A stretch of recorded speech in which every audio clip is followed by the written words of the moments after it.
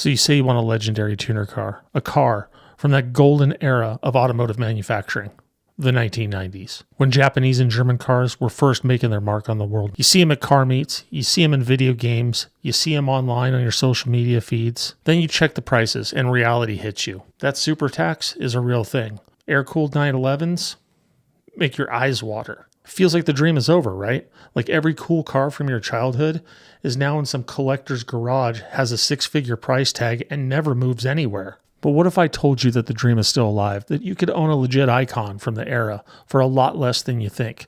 It's probably not going to be a Supra. It's probably not going to be a turbo Porsche. But there are cars out there that are affordable that we can get into as regular dudes. In this video, we're counting down the top 5 tuner cars from the 90s that you can afford to buy and modify on a shoestring budget. Welcome to Off Camber. Before we get started, if you like the content you've seen so far on the channel and you're looking forward to what we're doing next, go ahead and hit the subscribe button below. It helps me out, helps the channel out, and I definitely appreciate it.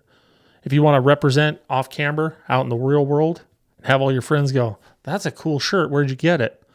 Go to the link below, check it out. You can get some shirts online. We have some shirts and stickers. We're working on hats, maybe some sweatshirts, but those are going to come in a little bit. In any case, I appreciate you guys being here at the least. Hopefully you're enjoying what we're doing.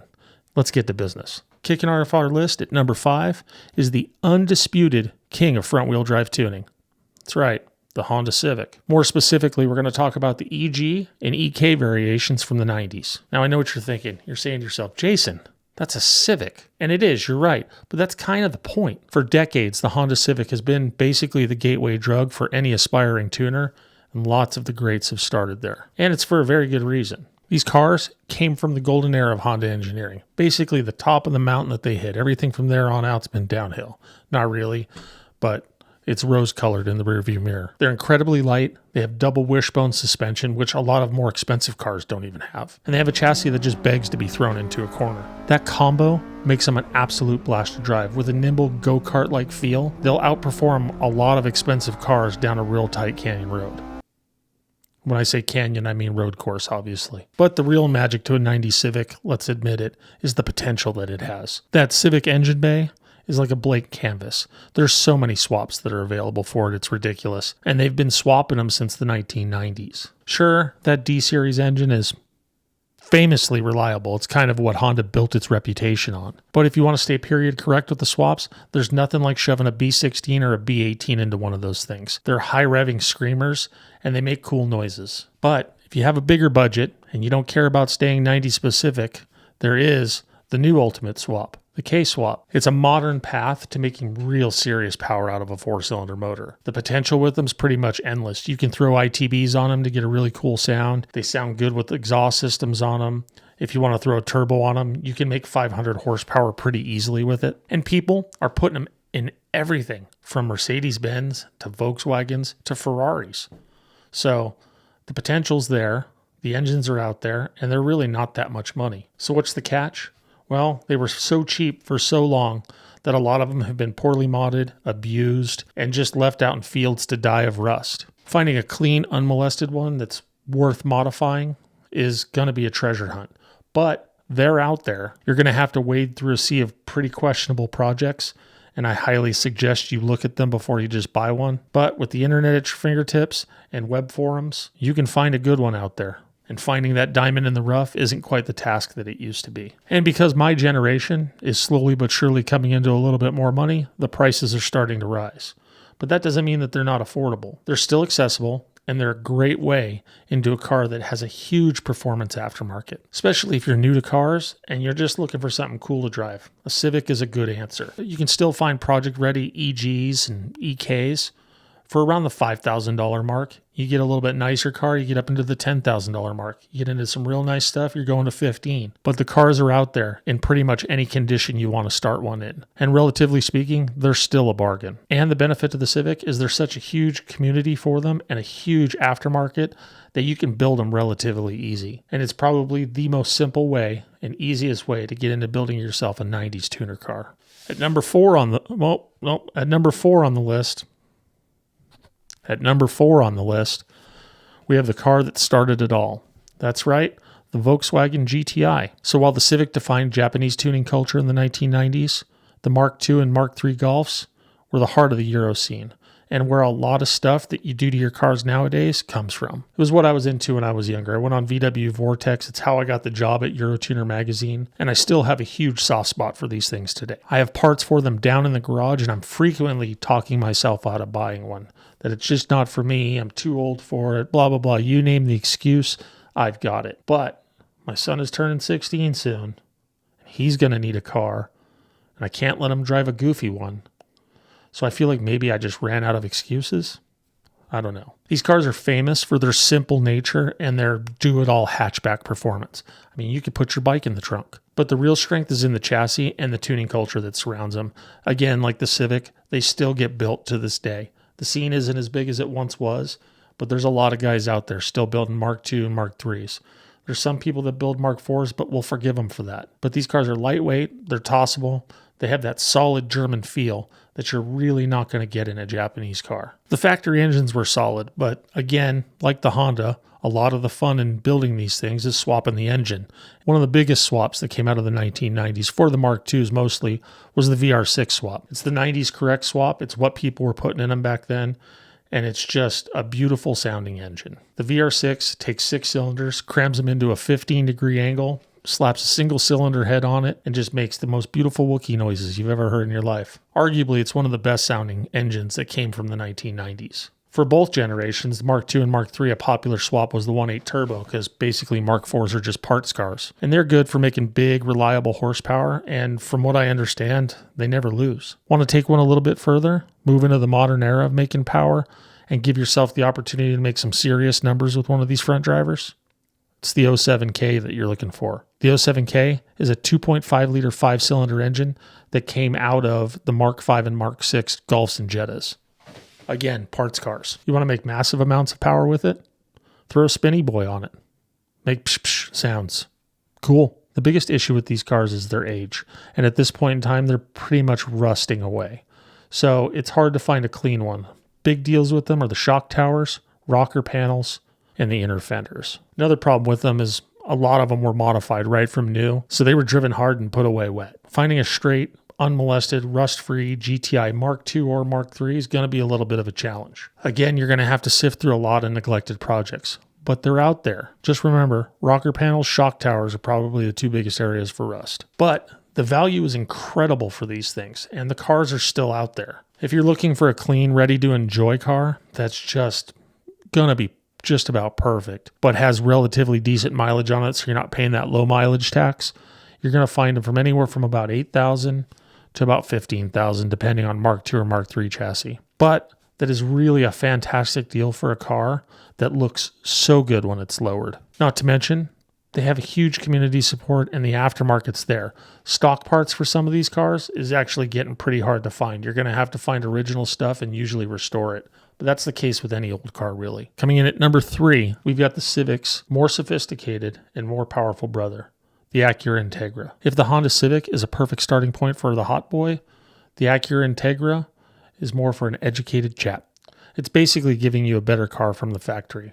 All the things you love about a Civic, but with a little bit more refinement. Available from 1990 to 2001, the DA and DC Integras took that brilliant formula from the 1990s Honda of lightweight double wishbone suspension, added a layer of refinement to it, and more importantly, more horsepower. While the base model GS and LSs were great, the one you really wanted was the GSR.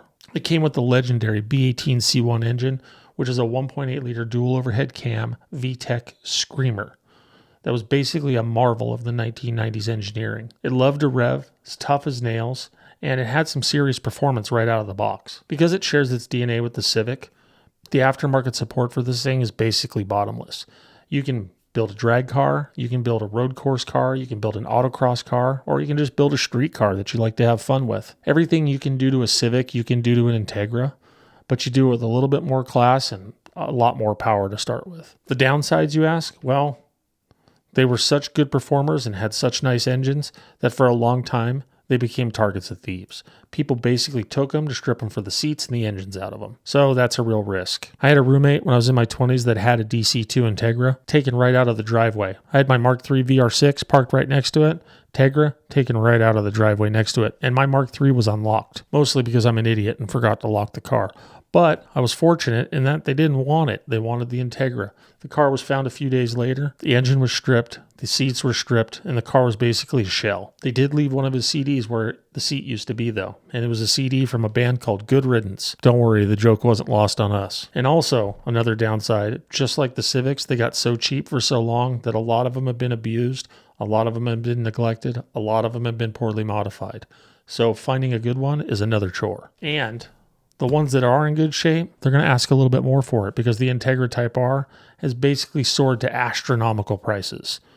So the GSR has gone up a little bit with it, but they're still in the realm of affordability. And even with the prices going up on them, the GSR is still a crazy performance bargain. And like I said, you're going to have to hunt for a good one, just like any 90s car that was an enthusiast car at the time. But for a good DC2 Integra, you can probably get them in the $10,000 to $20,000 range for a real nice one. And for a car that has one of the best front-wheel drive chassis ever made, and that legendary VTEC motor in it, that's a hard deal to beat. We're about to get to our top 2 picks, and trust me, you don't want to miss number 1.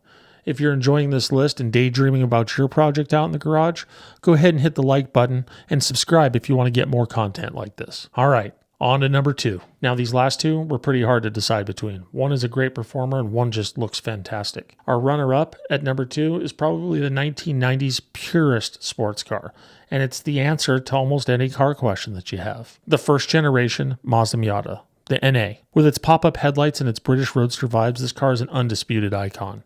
Everybody knows what it is, and apparently it's always the answer for some people. And it just so happens we're starting our own NA build on the channel with this car right here. Now, if you want gadgets and all the cool technology that came in some of these 1990s cars, the Miata is not for you. The magic to the Miata is in its simplicity. It's a small, lightweight, rear-wheel drive convertible that has perfect 50-50 weight distribution. Now, the only other car that I can think of off the top of my head, and correct me if I'm wrong down in the comments, is an E36 M3. The original 1.6 liter and later 1.8 liter engines weren't about raw power. They were about response and about the joy of revving out a car at a red line. Matter of fact, the creator of the Miata utilized Lotus's mantra of add lightness. It's arguably one of the most engaging and one of the most fun to drive cars at any price point. Now, that's a bold statement, and I didn't believe it until I'd driven one either, but they are a lot of fun. The Miata's incredible chassis is why it's become the default choice for amateur racers everywhere. The aftermarket for it is endless. If you want it, they probably make it. If you want to swap a different engine in it, somebody's done it. You can fit everything from turbos, upgraded later model Miata engines, superchargers. Hell, you can even shove a V8 in these things. It's a blank canvas for performance, and literally the only thing stopping you from doing it is your bank account. The biggest problem with Miatas, other than the rust issues that they have in the rear fenders and rocker panels, is that the secret's out. It's no longer a secret. That Miata tax, it's real. While you used to be able to pick these things up for pennies on the dollar, those days are long gone. Even with the rising prices, it's still the most affordable way into a rear-wheel drive sports car, especially considering that the E36, which is the other car with 50-50 weight distribution, the prices have gone through the roof recently for them. Finding a clean Miata for under $10,000, it's possible, but it's unlikely. But really nice clean examples are fetching anywhere from $10,000 to about $14,000. But if you're looking for that pristine, low mileage garage princess, you're probably looking closer to $20,000. But depending on what your needs and wants are, that's a small price to pay for one of the most rewarding driving experiences you can get from the 1990s. A car that if you put it on a tight curvy road with not a lot of straightaways can beat a car with 10 times its price tag. And now for the number 1 spot, and this one's going to be a little controversial, especially after just putting the Miata at number 2. But it's probably one of the coolest tuner cars from the 1990s you can get. This car was a cult classic from day one. It's a sophisticated German coupe that was years ahead of its time, the Volkswagen Corrado. This car was VW's halo car in the 1990s, packed some seriously cool tech and a lot of performance for the money. The design is pure 1990s muscle, but its real party piece was the automatic rear spoiler, something at the time that you only saw on 959 Porsches. Early cars came with a supercharged 4-cylinder called the G60.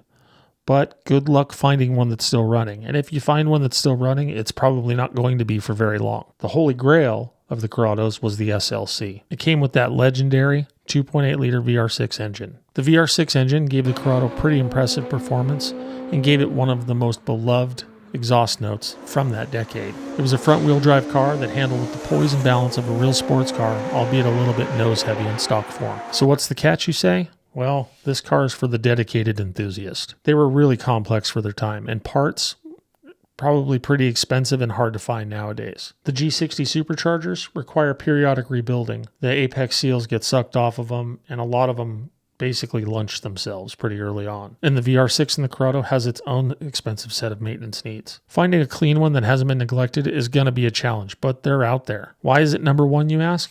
Well, looks. I mean, look at the thing. Sure, the Miata might be more fun to drive, but the Corrado is arguably one of the best looking cars from the 1990s, no matter the price. You put the right wheels on them, lower them down to the right ride height, and they're just downright sexy looking cars. Even with the risks of overtaxing your AAA membership, the value is undeniable with these things. The average price for a VR6 Corrado in good running, just get in it and drive shape is anywhere from $13,000 to $20,000, but projects can be found for less. When you consider the rarity of them, the performance it actually has, and the fact that it is a piece of automotive history, the value is undeniable with them. The Corrado, no matter what your stance, is an icon of the 1990s. It's a high reward choice for someone that wants to stand out from the crowd and doesn't want a Miata or Civic. And it's a true piece of German engineering history. So there you have it, 5 inexpensive ways to get your own piece of the 1990s golden era of tuner cars without needing a 6-figure bank account.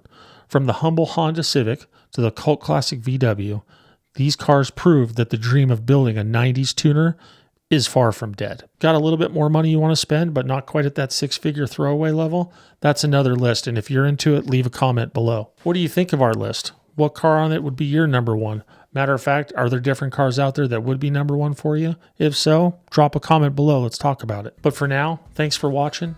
I appreciate that you came. I hope you enjoyed your time here, and we'll catch you next time on Off Camera.